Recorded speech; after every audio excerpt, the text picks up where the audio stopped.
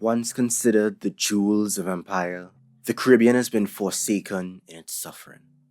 Up to 60 years post-independence for Trinidad and Tobago and many other Caribbean countries, we continue to face long-standing issues of wealth inequality, poverty, patriarchy, and other forms of oppression, all part of the legacy of extractive colonialism that scars the region.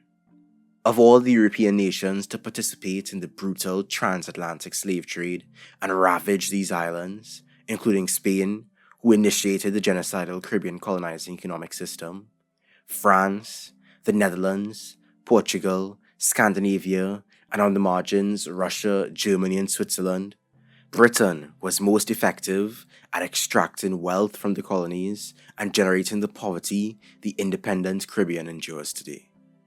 Post-Civil War, as is typical, the United States also took part in the extraction of wealth from the Caribbean. The Caribbean economy was invented, structured, and managed by European states for one purpose: to achieve maximum wealth extraction to fuel and sustain their national, financial, commercial, and industrial expansion and transformation. Through the exploitative mercantile order of the colonial period, the Caribbean served as one of the principal streams through which industrial capitalism was funded and built. Despite prime ministers such as Winston Churchill and David Lloyd George acknowledging the once great importance of the Caribbean economy in establishing Britain's commercial and political dominance on the world stage, the old empire still refuses to redress the consequences of its violence. Not long after emancipation, the English-speaking Caribbean was downgraded to the status of slums of empire, and the systemic stain of poverty remains a visual hallmark on British brutality upon its African and Asian subjects. Britain loves to celebrate its role in ending the transatlantic slave trade, an institution of slavery, despite its own legacy of involvement in the mass human trafficking that occurred. But from the period of slavery to the process of emancipation itself, to the century plus of oppression post-emancipation, to the sabotage of independence efforts, to the endurance of neocolonialism and colonial institutions post-independence. No matter how much the empire wants us to get over it, Britain cannot wash its hands of responsibility for the underdevelopment of the English-speaking Caribbean today. The long-simmering question of reparations in this region is deeply deserving of address. But first, let's get into the history of how Britain underdeveloped the Caribbean, beginning with slavery and emancipation. The severity of British involvement in the transatlantic slave trade, one of the greatest crimes against humanity, cannot be understated. After the genocide of the indigenous population from over 3 million to fewer than 30,000, British investors imported millions of Africans to the Caribbean to enslave and genocide them and their offspring. Britain was also the first among the European investors to legally codify the enslaved African as property. Even the Emancipation Act itself admitted that enslaved black people were primarily private property and not human. After the intensified wave of anti-slavery rebellion in the Caribbean between 1780 and 1820, fears of further African rebellion accelerated the process of abolition. But of primary concern to the British Parliament was the compensation of slave owners as a matter of property rights reparation. Collectively, the enslavers received £20 million from the government upon emancipation in 1834, while the remaining roughly £25 million they were owed by the government was meant to be paid off by the enslaved themselves through 6 years of labour after they were freed. Practically slavery by another name, the apprenticeship system came to an end after its utter failure and consistent resistance by the black population in 1838. However, the perspective that the role of black people in the Americas was to create and not to receive wealth would continue to inform post-emancipation policy. Also of note is that the British would continue to invest millions of pounds into slavery in Cuba and Brazil after emancipation.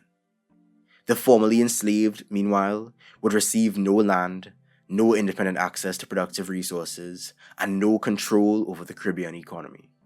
Systemic oppression did not evaporate with the signing of the Emancipation Act or the conclusion of the apprenticeship period in 1838.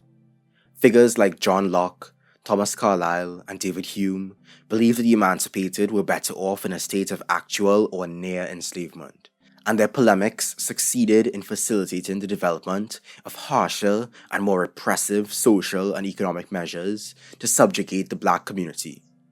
White fears of the potential hell of Haitianization, a metaphor deployed to disparage the revolution that shook the world, would lead to a heightened police and military crackdown on the black masses. Whites were terrified that their former slaves would seek revenge for past and present tyranny, so they instituted even greater tyranny. The anti-black onslaught that followed emancipation made it clear that there was really no liberation. The British were also resentful of the efforts of the black population to secure land and work for reasonable wages, so they flooded the labor market with deceived and oppressed Indian and Chinese indentured servants from the East Indies in order to crush black bargaining power. The British West Indies was ruled by a powerful economic and political minority, not unlike the independent Caribbean of today, except back then there was also a very distinct white supremacist component to governance, and even less democratic input than we have today. Although the West Indies was declining in economic value, the power imbued upon white colonial elites above all others was still critical to the empire's prestige. It was an existential priority that the government took very seriously to maintain white authority and black poverty. While deliberately upholding this division, white elites blamed black people for their poverty, believing them to be lazy and incompetent. They would also rather focus on racist cultural and moral condemnations, such as the supposed degradation of domestic structures due to women's importance in the Afro-Caribbean family life. Local discontent was an issue that white elites took very seriously. In addition to maintaining illiteracy and keeping the poor disenfranchised and bound to the lands of former enslavers, the British also allowed a select few sycophantic colored faces in high places. Between the mixed race, often conservative local middle class, and in the case of Jamaica, the betrayal of the maroon community, it's been made very clear, even back then, that not all skinfolk is kinfolk. In the face of all this repression, the second wave of black anti-colonial rebellion was on the horizon, one determined to destroy the empire. In Jamaica, the parish of St. Thomas in the east was suffering from a drought that colonial authorities neglected to respond to. So in response, the free black population liberated innocent people from police cells and seized food supplies from plantations during the Morant Bay Rebellion of 1865. In British Guyana, where island to mainland migration was high due to the black pursuit of land to create free villages, and black and Indian workers formed cooperatives to grow their land ownership, the colonial governor responded to these assertions of autonomy with military force, leading to a workers' rebellion that brought the colony to a standstill in 1856. Similar rebellions also occurred in St. Kitts, St. Vincent, Tobago, and Barbados. All were greeted with the typical colonial brutality: gallows, firing squads, imprisonment, and the burning of houses. In addition to the massacres, poor infrastructure and famines created misery in the colonies. The masses suffered terribly with poor housing, health, food, and clothing. Child labor was the norm. Pro-slavery advocates like James Anthony Froude celebrated the way former slave owners in Barbados maintained a labor system similar to slavery after emancipation, and argued that the British should do more to support its oldest global partner, the West Indian slave owner, and maintain full military rule in the region. When the British Parliament established a Royal Commission of Inquiry in 1897 to study the Caribbean condition, the commissioners recorded the poverty of the people and the indifference of the elites. One consultant even noted that much of the land in the Caribbean was suitable for cultivation to resolve the food shortage, but the British Parliament refused to issue even small plots of land to the black and Asian population. The British government could not entertain the idea of allowing some measure of economic agency in the hands of the colonized, not even as peasantry. The reports and recommendations of the 1897 Commission died on the desk of conservative statesmen. Industrialization was seen as anti-colonial reform that would threaten the plantation system, so efforts to promote it were similarly stonewalled by governors. The plantation economy would persist, regardless of the consequences. Due to the lack of any meaningful change, the period between 1900 and 1930 was marked by another wave of anti-colonial organizing in the Caribbean. As early as 1897, Trinidadian activist Henry Sylvester Williams established the African Association, and by 1900 held the first Pan-African Conference. But he was not alone. Black and Asian radicals were forming activist networks across the region.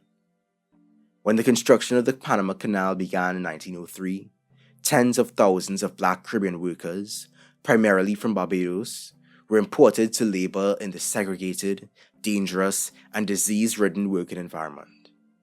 10% of the total West Indian working population perished, but the rest managed to send money to their families back at home. Migration out of the West Indies was especially common at this time, and the government actually encouraged migration as an alternative to domestic economic empowerment. The Canal Zone was a melting pot, where thousands of the region's youngest, bravest, and most determined came together, played together, created families together, and died together. Marcus Garvey's Universal Negro Improvement Association got its start in 1914, thanks in part to the experiences he witnessed in the Canal Zone and the rest of Central America. Before long, Garvey's flagship publication, The Negro World, could be found throughout the region. Garvey's message of Black anti-colonial solidarity resonated with the people, and by 1920, West Indian workers in Panama led a strike against the poor working conditions, which was of course ruthlessly crushed by the American and Panamanian governments. At every step of the way, the British colonial machinery did everything in its power to repress the anti-colonial masses. From the fight for land and liberty by rural communities to the urban struggle for enfranchisement, by 1930, the government was still brutally suppressing these movements. In the nearly 4 decades since the 1897 Commission, nothing had fundamentally changed in the region. So between 1934 and 1939, in British Honduras, Trinidad, St. Kitts, Barbados, Jamaica, British Guyana, and St. Vincent, the people fought back. Massive strikes, protests, and riots occurred on oil fields, plantations, and city streets, and women played a crucial role in planning, execution, and support. Thousands were imprisoned, injured, or killed. In response to the disturbances, Parliament established the Royal Commission of Inquiry in 1938, headed by Lord Moyne, in order to uncover the source of the unrest and preserve the colonial order. The challenge of the commission was to balance the needs of the colonized population, who inflicted a critical blow upon the empire, with the needs of the colonial elite, while not proposing any increased financial assistance to the so-called slums. In the end, they hoped to propose cheap and superficial reforms to keep the system churning while placing the burden of the colonial mess on the colonized population. And that is exactly what they did. The recommendations were paltry and insulting, including a £1 million annual expenditure for the entire West Indies for only 20 years to finance petty projects. The Caribbean would also receive only £5 million from the new Colonial Development and Welfare Act in 1940. The funding would barely scratch the surface of what the region needed. Worse yet, despite the completion of the commission in 1939, the recommendations didn't even receive the light of day until 1945, after the British took advantage of tens of thousands of West Indian soldiers in World War II, just as it had during the inter-imperial conflict of World War I. The British would also exploit the Windrush generation to rebuild their economy in the aftermath of the war. But that's a conversation for another day. And despite all the black labor the British were taking advantage of, they still used the lazy Negro stereotype to push back against the idea of directing any funds for proper economic development. The British once again evaded their responsibility to the region. By the time news of the Commission recommendations reached the islands, trade unions and political parties were already preparing to end colonial rule. Prior to the widespread unrest between 1934 and 1939, in 1932, delegates from working class and anti-colonial organizations came together in the West Indian Conference in Dominica to discuss their demands and conceptualize a federation as the framework by which the common yet diverse Caribbean nation would achieve liberation on a regional rather than insular basis. By 1940, after the suppression they faced, the conference settled on two primary demands: universal adult suffrage and federation, in addition to a reparative justice program, economic reform, meaningful social welfare, and an industrialization program. Britain had three distinct responses to the idea of federation in particular. Firstly, opposition, as it was rightly considered a strategy for national liberation. Secondly, embrace, but specifically as a cost reduction strategy for administering the colonies, which would remain colonies. Thirdly, a two-phase strategy that would diplomatically support but financially subvert the independent federation. As Major General Hubert Rance argued, Britain had no legal or moral responsibility to contribute to West Indian economic development, despite its centuries of extraction. British anxieties concerning their potential debt to the colonies dominated discussions through the 1950s, so they were quick to reject any claims to reparations and keep the region away from the British Treasury. Even conservative sums demanded for economic development, like £200 million for the entire region spread over 10 years, would be summarily refused. The West Indies needed to take personal responsibility and take loans. Britain also sought to foster animosity and divide the movement in order to maintain weak, dependent, and standalone island nations, circumventing the emergence of a self-sufficient regional power. While it couldn't prevent the birth of federation aspirations, it could starve it in its infancy. The West Indies Federation was born in 1958, already structured for failure. The Governor-General appointed to oversee the federation was a conservative imperialist named Lord Hales. There was a lack of free movement between the islands. Each province functioned as a separate economy. Jamaican and Trinbagonian economies were expected to carry the federation costs. There were still no reparations, and the distribution of the minimal funds the region did receive would stoke existing factionalism. Furthermore, although the federation was expected to be economically self-sufficient, it was still under the British Empire. Eventually, Jamaica would dip out and become a fully independent country in 1962. And after they left, there was an attempt to salvage a new federation, but Trinidad would be expected to provide 75 to 80% of the new federation's revenue, and despite making up 60% of the new federation's population, would get less than half the seats in Parliament. Trinidad and Tobago dipped in the same year. There were even some efforts to keep together a federation of the smaller Eastern Caribbean islands, but it also suffered from a lack of funding. The West Indies Federation was dead. Barbados gained independence in 1966, the Bahamas in 1973, Grenada in 1974, Dominica in 1978, St. Lucia and St. Vincent in 1979, Antigua and Barbuda in 1981, and St. Kitts and Nevis in 1983. However, the fight for reparations was far from over. Newly independent governments inherited economic ruin, and local efforts toward development were utterly deprived of support.